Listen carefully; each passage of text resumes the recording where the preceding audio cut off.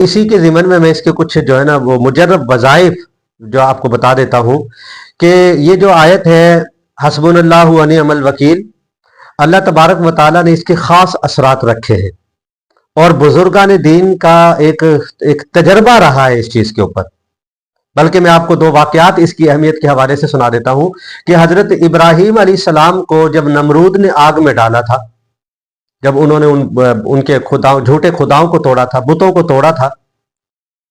تو اس کی وجہ سے انہوں نے باہم مشورہ کر کے پھر ابراہیم علیہ السلام کو جب آگ کے اندر ڈالا۔ ایک لمبا واقعہ، میں اس کی طرف نہیں جا رہا ہوں، ایک لمبا واقعہ ہے۔ تو ابراہیم علیہ السلام کو انہوں نے ایک لمبی چوڑی آگ جلائی گئی، اور اس آگ کے اندر ابراہیم علیہ السلام کو ڈالنے کا جو ہے نا انہوں نے منصوبہ بنایا، ایک پلان تیار کیا۔ تو ابراہیم علیہ السلام کو جب آگ کے اندر ڈالا گیا تو ابراہیم علیہ السلام کی زبان مبارک پر یہی الفاظ تھے، حسبنا اللہ و نعم الوکیل، کہ اللہ ہی میرے لیے کافی ہیں، اللہ ہی ہمارے لیے کافی ہیں، اور اللہ ہی ہمارے بہترین وکیل ہیں، کارساز ہیں، کرتا دھرتا ہمارے اللہ ہی ہے۔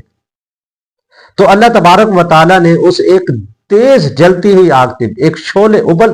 ابلتی ہوئی آگ کے اندر حضرت ابراہیم علیہ السلام کی حفاظت فرمائی تھی، حسبنا اللہ و نعم الوکیل۔ ان الفاظ کی وجہ سے، اس آیت مبارکہ کی وجہ سے اتنی اہمیت کے اور اتنے پاورفل الفاظ ہیں یہ۔ اور دوسرا، حضور نبی کریم صلی اللہ علیہ وسلم کا جو اسلام کے دین اسلام کے اندر بھی اس کی اہمیت ہے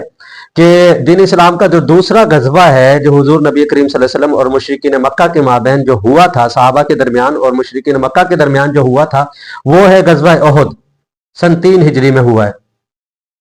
سن 3 ہجری میں جب آپ صلی اللہ علیہ وسلم صحابہ کو لے کے یعنی میدان احد کے اندر پہنچے ہیں، تو وہاں پہ ایک درہ تھا جہاں سے وہ مسلمانوں کی بیک سائڈ پہ تھا، جہاں سے دشمن کے پلٹ کے حملہ کرنے کا خطرہ ہو سکتا تھا۔ تو اللہ تبارک و تعالیٰ کے پاک پیغمبر صلی اللہ علیہ وسلم نے 50 صحابہ رضی اللہ عنہم کو اس درے کے اوپر مقرر فرمایا تھا کہ جی آپ نے اس جگہ کو نہیں چھوڑنا۔ پھر بعد میں وہ لمبا واقعہ ہے، میں پورے واقعے کی طرف نہیں جا رہا ہوں، میں اپنے موضوع کی طرف واپس پلٹنا چاہ رہا ہوں۔ تو صحابہ رضی اللہ عنہم نے اس مشرکین مکہ نے جب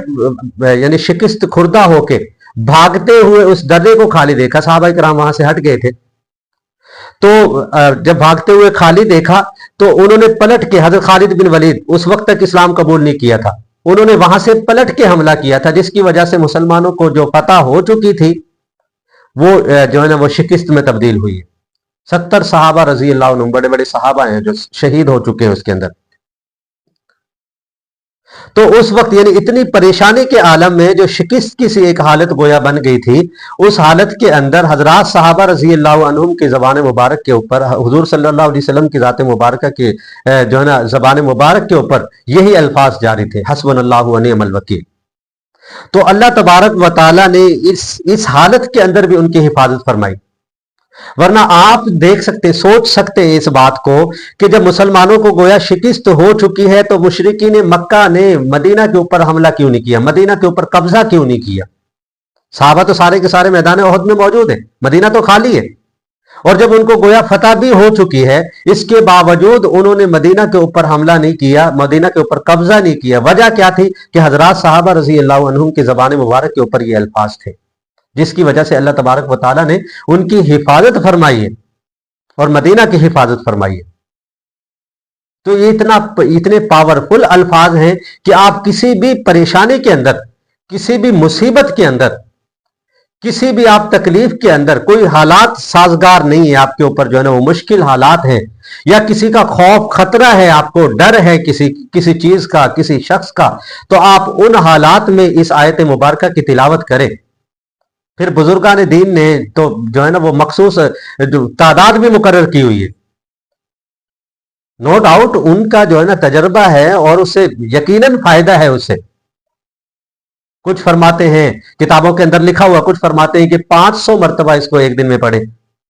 اس آیت مبارکہ کو، کچھ کہتے ہیں جی 600 مرتبہ پڑھے، بعض کتابوں کے اندر 300 کی تعداد بھی آئی ہے، اور بعض کتابوں کے اندر 313 کی، بعض بزرگان دین کا 313 کا معمول بھی رہا ہے۔ تو میں یہ نہیں کہتا کہ آپ جو ہے نا 313 بار پڑھیں، آپ 500 دفعہ پڑھیں، آپ 600 دفعہ پڑھیں۔ آپ کو جب بھی یہ پریشانی کے جو ایام ہیں، پریشانی کے دن ہیں، ان پریشانی کے دنوں کے اندر ویسے تو ہر وقت پڑھتے رہیں،